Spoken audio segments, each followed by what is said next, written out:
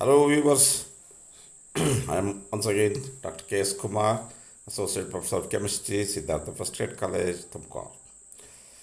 This video is the continuation of the gases part 1, where I discussed about importantly the Maxwell's velocity distribution and Maxwell's distribution law and the interpretation of that equation and explanation of that equation, and mainly concentrates on the derivation of the most probable velocity and the other velocity, that is RMS velocity, as well as the average velocity and the relation between them, as well as the problems on or numerical problems on the velocities. In addition to that, I gave a little introduction regarding the molecular collisions as well as the critical constants. In continuation of that part 1 explanation, so I am going to continue with the next thing, that is Andrew's experiment on carbon dioxide. See, I am showing you a graph. Andrew he studied the variation of the pressure and volume at constant temperature. And for that reason, these curves are called Andrew's isotherms. So he studied the pressure volume relationship at different temperatures, and these temperatures remain constant. Therefore, these are called as the Andrew's isotherms. What he has done, that is, he conducted many experiments on carbon dioxide and measured the variation of the pressure and volume and plotted the pressure against the volume. You can notice these diagrams, and they are conducted at different temperatures, say T1, T2, T3 and T4. Remember, T1 is less than T2, T2 is less than T3, T3 is less than T4. Okay, so you can notice the graphs plotted at different temperatures. Regarding this Andrew's experiment on carbon dioxide, I am going to tell about 4-5 points particularly. So what are those 4-5 points? The point number 1, you can notice here at very high temperature, say at 321 Kelvin temperature, the relation between the pressure and volume is almost like a straight line. That is, at very high temperature, carbon dioxide behaves as an ideal gas. This is the conclusion regarding this curve. Then you can see the other curves. At low temperature, you can notice this graph from small a to small b, that is from AB and BC and CD. You can notice here from A to B, if the pressure is increased, volume decreases. That is according to the Waals law. So from A to B, if the pressure is increased, the volume of the gas is reduced. From B to C, the line is horizontal, indicating that from point B, the liquefaction of the gas begins and it ends at the point C. Because of this liquefaction of the gas, even though there is a huge change in the volume, there is a little change in the pressure of the gas, because gaseous carbon dioxide is converting into liquid carbon dioxide. Okay, so the liquefaction ends at C, and from C to D you can observe this line is almost parallel to the pressure axis. Even though there is a huge increase in the pressure, there is a little change in the volume. Or in other words, you can say the liquids are less compressible or incompressible in nature. So this is a wonderful curve. This curve, that horizontal portion, indicates the liquefaction of the gas. The third point, is very clear. As the temperature increases, this horizontal portion is reduced. So at T2 temperature, you can notice this is the ideal behavior, that is behavior according to the, of course, ideal behavior, Boyle's law verification. And from this portion, the liquefaction begins. That is, at higher temperature, liquefaction is little. Okay. Then the third point is very important. At this particular point, say at 304.1 Kelvin temperature. So the variation of the pressure and volume, you can notice this horizontal portion is almost a point. You can observe here. This horizontal portion is almost a point. And this, at this temperature, no horizontal, no liquefaction, is it? And this temperature, where the horizontal portion is almost a point, so is called critical temperature. If you go above that temperature, there is no portion of the liquefaction, indicating that above that temperature, it is not possible to liquefy the gas. Okay. Similarly, you can notice these T3 and T4 curves. So that is very clear. For carbon dioxide, 304.1 Kelvin is the critical temperature.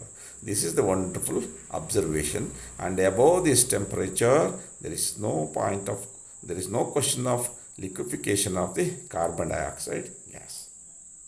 Okay. So every gas possesses this temperature, that is the critical temperature. So this is the observation made by the Andrew, so particularly on carbon dioxide, and those are the conclusions drawn by his experiment. So you can see that the explanation of this Andrew's experiment. The temperature 304.1 Kelvin is called the critical temperature of carbon dioxide. The isotherm at this temperature is called critical isotherm. Okay, so this experiment is very, very important, and it represents the behavior of the many gases in practice. Okay. So even in the examination, this question is asked, that is, explain the Andrews experiment on carbon dioxide with graph. Okay. Then we shall go to the next part. What is this relationship between the critical constants and the van der Waals constant? It's a big question here, so you have to understand this properly. To account for the behavior of the real gases, that is, derivation from the ideal gas behavior at low temperature and high pressure, van der Waals put forth a modification of the ideal gas. You know this equation. This is called van der Waals equation. That is, P into V is equal to RT is an ideal equation, but according to the van der Waals, there is a correction for the pressure, that is A by V square, and there is a correction for the volume, that is B, and these two terms are included, and this equation represents the real gas equation, or it is also called as the van der Waals equation. Of course, in this equation you can notice that A and B are the van der Waals constants, and A by V square is the pressure correction, and B is the volume correction. Okay, so you just go for the mathematical things next. So you multiply these two terms, P into V, P into minus V here, P into V, PV, P into minus V becomes PV, and A by V square into V, that becomes A by V square into minus V is nothing but minus AB divided by V square, that is equal to RT. Just for the mathematical change, so you have to multiply all the terms of the equation by V square and divide by P. That means, so you have to multiply the entire equation by V square and divide it by the P. You will get, if you multiply this term by V square, so this V becomes V cube. Okay. So the above equation, so it is multiplied by V square and dividing by the P. This term becomes V cube. And this term becomes BV square. And this term becomes AB divided by P. And this term becomes AB divided by P, that is equal to RTV square divided by P. Rearranging these equations, so that is V cube is written first, then out of these two terms, that is V square is taken out, you will get the minus B plus RT of V square plus A into V divided by P, this term, and minus AB divided by P is equal to 0. This equation is an interesting equation. This is a cubical equation in V and should have 3 roots for V. Either all are real or 1 is real and 2 are imaginary. You have to remember this equation, that is V cube minus under this equation. It's a trinomial equation and it is having the 3 values for the V. Next, switch over to the next equation. Remember this equation, I will take it once again. At the critical conditions, the 3 values of V becomes identical and equal to critical volume. Okay, this is a condition at the critical temperature.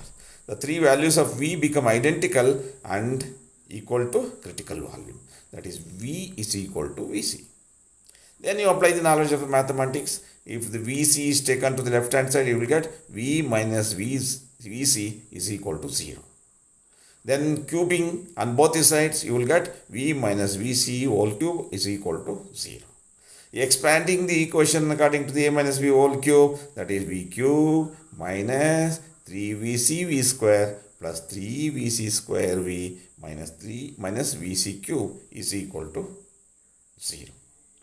And this equation is identical to van der Waals equation at the critical stage. That is, when P is equal to Pc, T is equal to Tc, this equation is identical to this van der Waals equation. You can observe these 2 equations. There is a V cube, here also V cube. There is V square, here also V square. There is V, here also V. There is Vc cube, and of course, you will have the constant term here. Okay, that's equal to 0. Then compare these 2 equations. If you compare these 2 equations and if you equate the coefficients of these terms, you will get this expression. So what is that? Vc cube in this equation, Vc cube in this equation is equal to AB divided by Pc. Okay, AB divided by Pc. That is one of the expression you got. Then Vc square. See here, Vc square is there. That is the coefficient of the V. 3Vc square is equal to A by Pc. In this equation, that is A by Pc. The coefficient of V, coefficient of A. And these 2 terms are equal.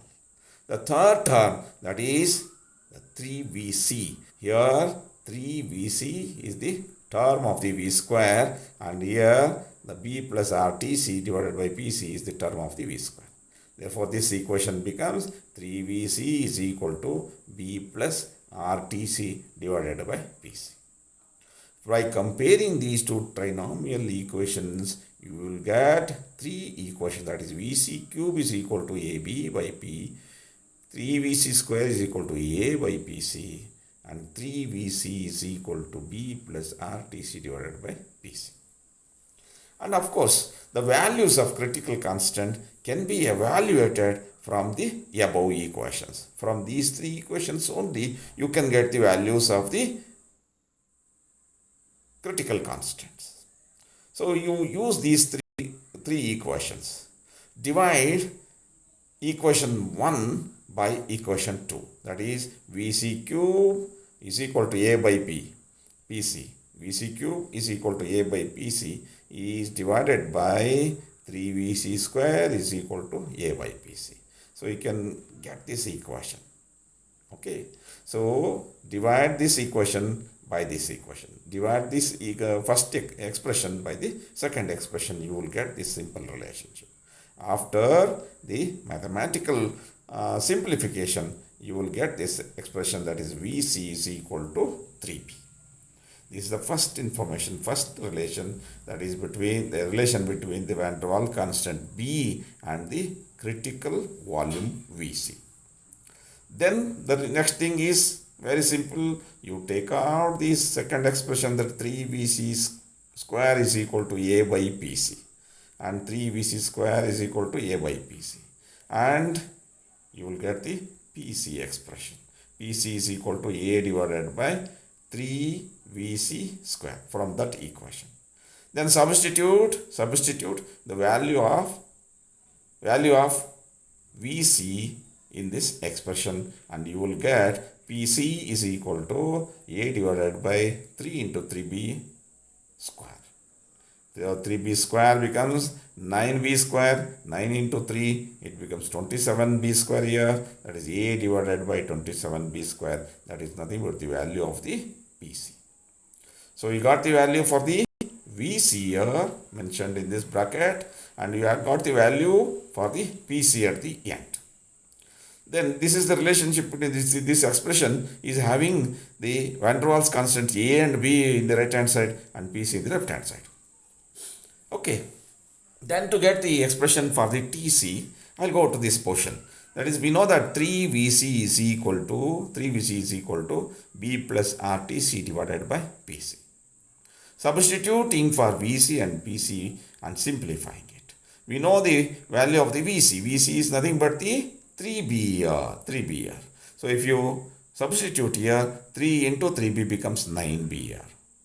And if you substitute the value of the Pc, you will get A divided by 27b square in place of the Pc, and after simplification you will get this expression, that is Tc is equal to 8A divided by the 27RB.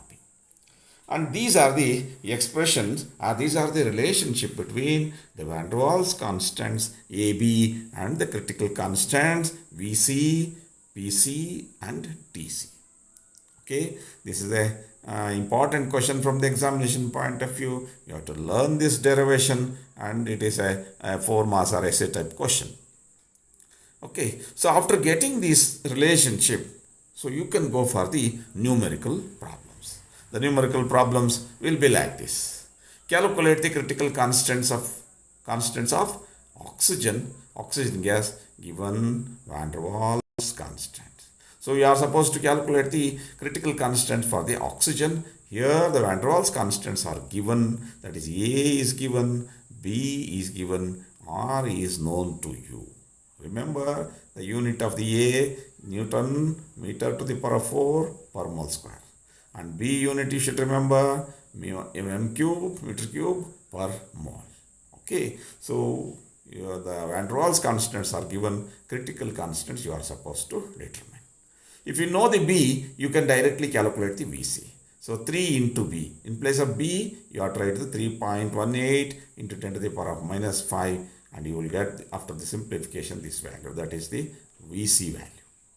And you can use this expression of the Pc, that is A divided by 27b square. You know the value of the A, you know the value of the B, and substitute it in this expression, and after the simplification, you will get Pc is equal to 5.046 into 10 to the power of 6 Pascal. Okay, or in terms of the kilopascal, if you express, that becomes 5046 kilopascals. And you have the expression for the Tc also. So you know what is A, what is B and R, and after substitution you will get this 154. To conclude, so I can say that, so if the van der Waals constants are known to you for a gas, it is possible to determine the critical constants. Okay, so these van der Waals constants can be determined, these critical constants can be determined for other gases also.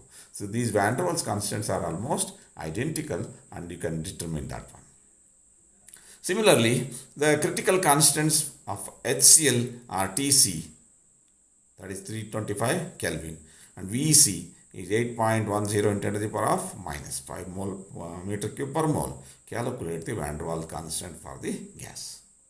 So here the critical constant is constants are given. You are supposed to determine the van der Waals constants. So van der Waals constants, that is A and B, can be calculated by the data.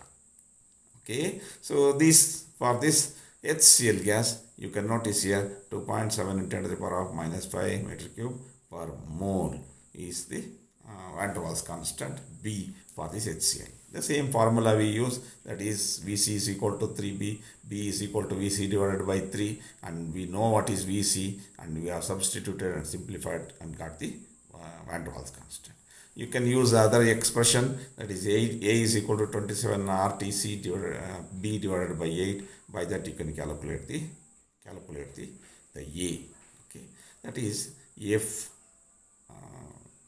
the critical constants are given, you can find out the van der Waals constant.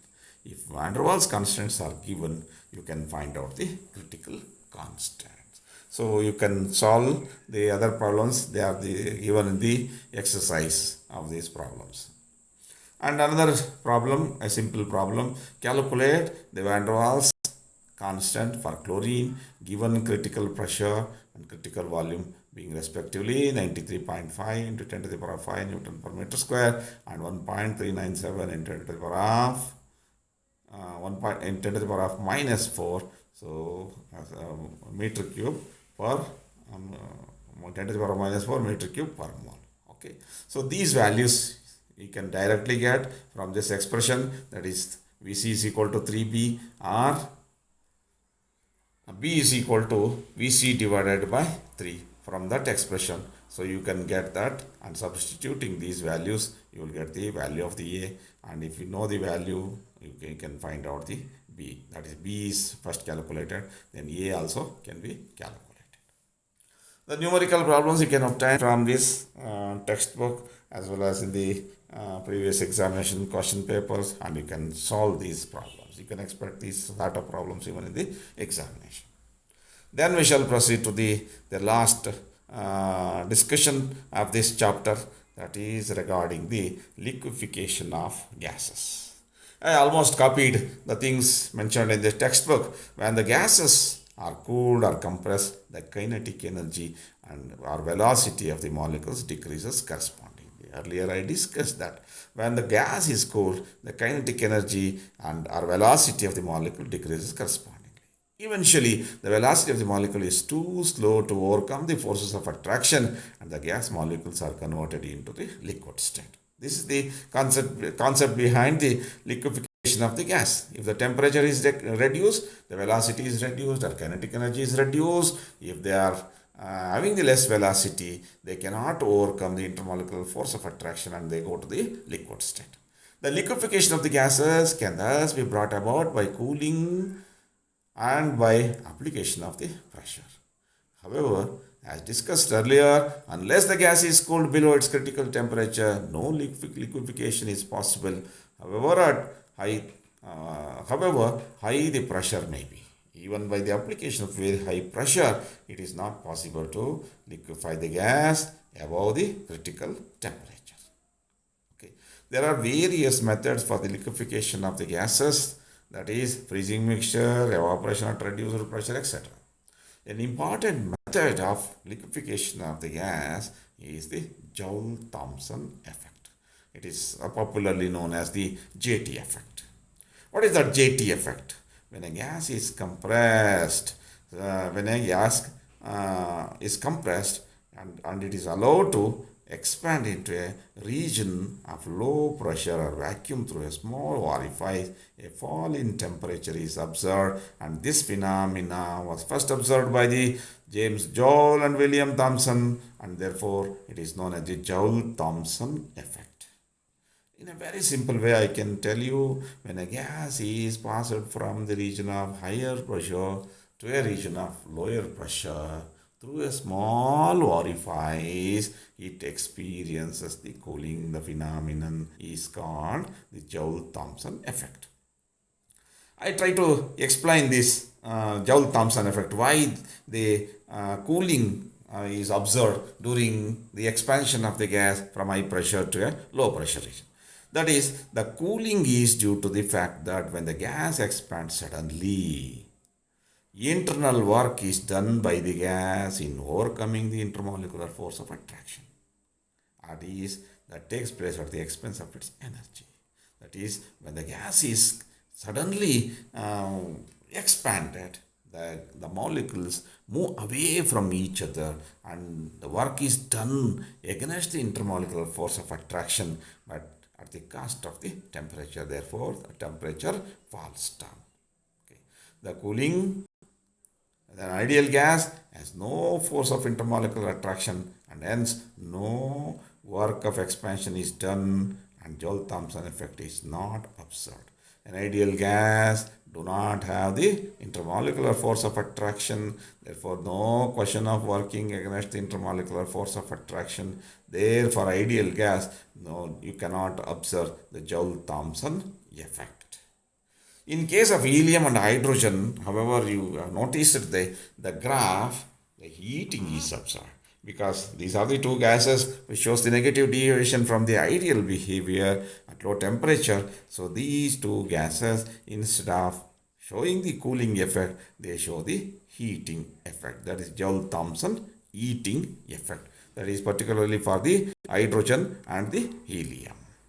Okay. So remember that Joe Thomson effect, that is when a gas is allowed to expand into a region of low pressure or vacuum through a small orifice, a fall in temperature is observed and that is called as the Joe Thomson effect. We use this phenomena, we use this concept for the liquefaction of the gases even by the Linde's process. To understand the liquefaction of the gas by the Linde's process, let us understand the meaning of this JT coefficient. So, Joe Thomson coefficient. Joe Thomson expansion occurs at constant enthalpy and the fall in temperature depends on the initial temperature and pressure of the gas. Remember, so Joe Thomson expansion occurs at the constant enthalpy. Enthalpy, that is, heat content remains the same. So therefore, the fall in temperature is observed. So the Joe Thomson introduced the term called Joe Thomson coefficient mu, which is defined as the rate of change of temperature with pressure at constant enthalpy. So rate of change of temperature with pressure at constant enthalpy is called Joe Thomson coefficient or JT coefficient. So to remember it, there is a mathematical form that is represented by mu, that is equal to delta T divided by del V, or change in temperature to the change in pressure. Okay, at constant, that H represents that it is a constant temperature. When this mu is 0, no heating or no cooling effect is observed, which is called the inversion point. This temperature is called the inversion temperature, or it is represented as Ti. Remember, that is mu is 0 means, so change in temperature to change in pressure ratio is 0. If the mu is 0, you cannot observe either heating effect or cooling effect. So that temperature is called inversion temperature. So you can define the temperature, inversion temperature. It is defined as the temperature below which if a gas expands adiabatically into a region of low pressure, cooling or a fall in temperature is observed. If the gas undergoes adiabatic expansion above the temperature, a heating or rise in temperature is observed, and this temperature is called inversion temperature. At that particular temperature, no change in the no cooling or no change is observed. Either cooling effect or heating effect is observed. So above that temperature, the behavior will be there, and below that temperature also there will be a change in the temperature. So that is called inversion temperature. And of course, straight away, this inversion temperature is related to the other data, that is the Van der Waals constant by this equation, that is Ti is equal to 2A divided by R into B. So definition is very important. That is JT coefficient. That is nothing but the defined as the rate of change of temperature with pressure at constant enthalpy. Mathematically, that JT coefficient is written like this. The definition of the inversion temperature. And this inversion temperature is related to the van der Waals constant by this expression. Okay. So after this, the final thing is left out. That is the liquefaction of the gases. Liquefaction of the gas by, of course, Linde's process, I should say, the liquefaction of the gas by the Linde's process. So I think this title is not, you cannot see the title here. So that is liquefaction of the air and hydrogen. So during the liquefaction of the air and hydrogen, so you must give much importance to these three conditions. That is, the gas must be pure and dry. So to liquefy the gas, that should be pure and dry. And the gas must be cooled below its critical temperature before the liquefaction. And the pressure applied be sufficiently large to cause the liquefaction. So these three conditions are very, very important. The gas should be pure and dry, and the gas must be cooled below its critical temperature, and the pressure applied be sufficiently large to cause the liquefaction. The Linde's process adopts these principles for the liquefaction of the air and the hydrogen gas. So you can observe the schematic representation of the Linde's process. You can notice here the fresh air is passed through this chamber where it is subjected to the compression, and that compressed air is passed through this cooler, and this after the cooling, the cold air is passed through the spiral pipes, and it is, since it is compressed, the high pressure is there, and through this spiral pipes, through the last there is a small orifice, and it is released into the low pressure. Joe Thomson phenomenon is observed. There is a fall in temperature. The cold air starts moving up. There is a provision that cold air is again passed, again compressed, and the process is repeated. This is the schematic representation of the Linde's process. Let us see. The air is free from the carbon dioxide and moisture. First step, the air should be free from the carbon dioxide and the moisture.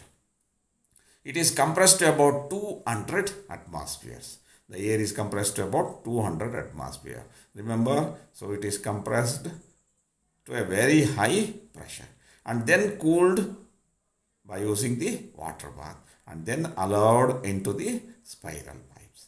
It expands into the region of low pressure through a small nozzle at the end of the spiral tube.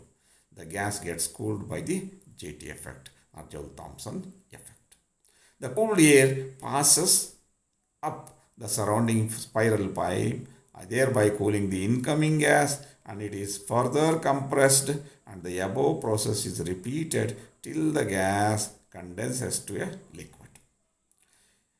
In the case of hydrogen and helium, preliminary cooling below their inversion temperature is necessary before subjecting them to Joe Thomson effect. And this is the schematic representation of the Linde's process of liquefaction of the gases. Remember the principles here. The gas must be pure and dry, and it must be cooled below its critical temperature, and there should be the application of the sufficiently very large pressure. Okay, so you have to write the diagram and you have to explain it. Here the fresh air or purified air and is passed here, and it is compressed and passed through the coolers and then through the spiral pipes and at the nozzle. So it is released to the low pressure where the Joe Thomson phenomena is observed, cooling is observed, and that cold air starts moving up, and that cold air is again recirculated at the compression pump and again subjected to this one. This process is repeated until there is a liquefaction of the air. So this is the very popular method. Even now, this method is used to liquefy the gas or liquefy the air. Okay. With this, I conclude this chapter. So that is the liquefaction of the gas by the Linde process. And I have given some assignments to you, and I have given the list of questions at the end of this chapter. And remember, you get ready for these questions at least. You have to get ready for all the questions. At least you get ready for these questions and take it as an assignment and keep and prepare for these answers. And in addition to this, in addition to these questions, so you should remember the solution for the problems. Problems on molecular velocity, problems on critical constant. I have explained this solid problems in this case, and you have to be remember. Okay. So thank you once again. So if you with this, I conclude my talk about the gases. You have to see both the parts, part 1 and part 2. And at the end of this video, I have given the list of questions, possible questions in this chapter. That excludes the problems. You have to solve at least 10-15 problems about these topics, that is regarding the velocities and as well as the critical constants and as well as the van der Waals constants. Okay. I hope these two videos provides you enough knowledge to know about the gases. Okay. So if you like this video, you give the comment and subscribe to my channel. Keep watching Dr. K's channel. Thank you very much.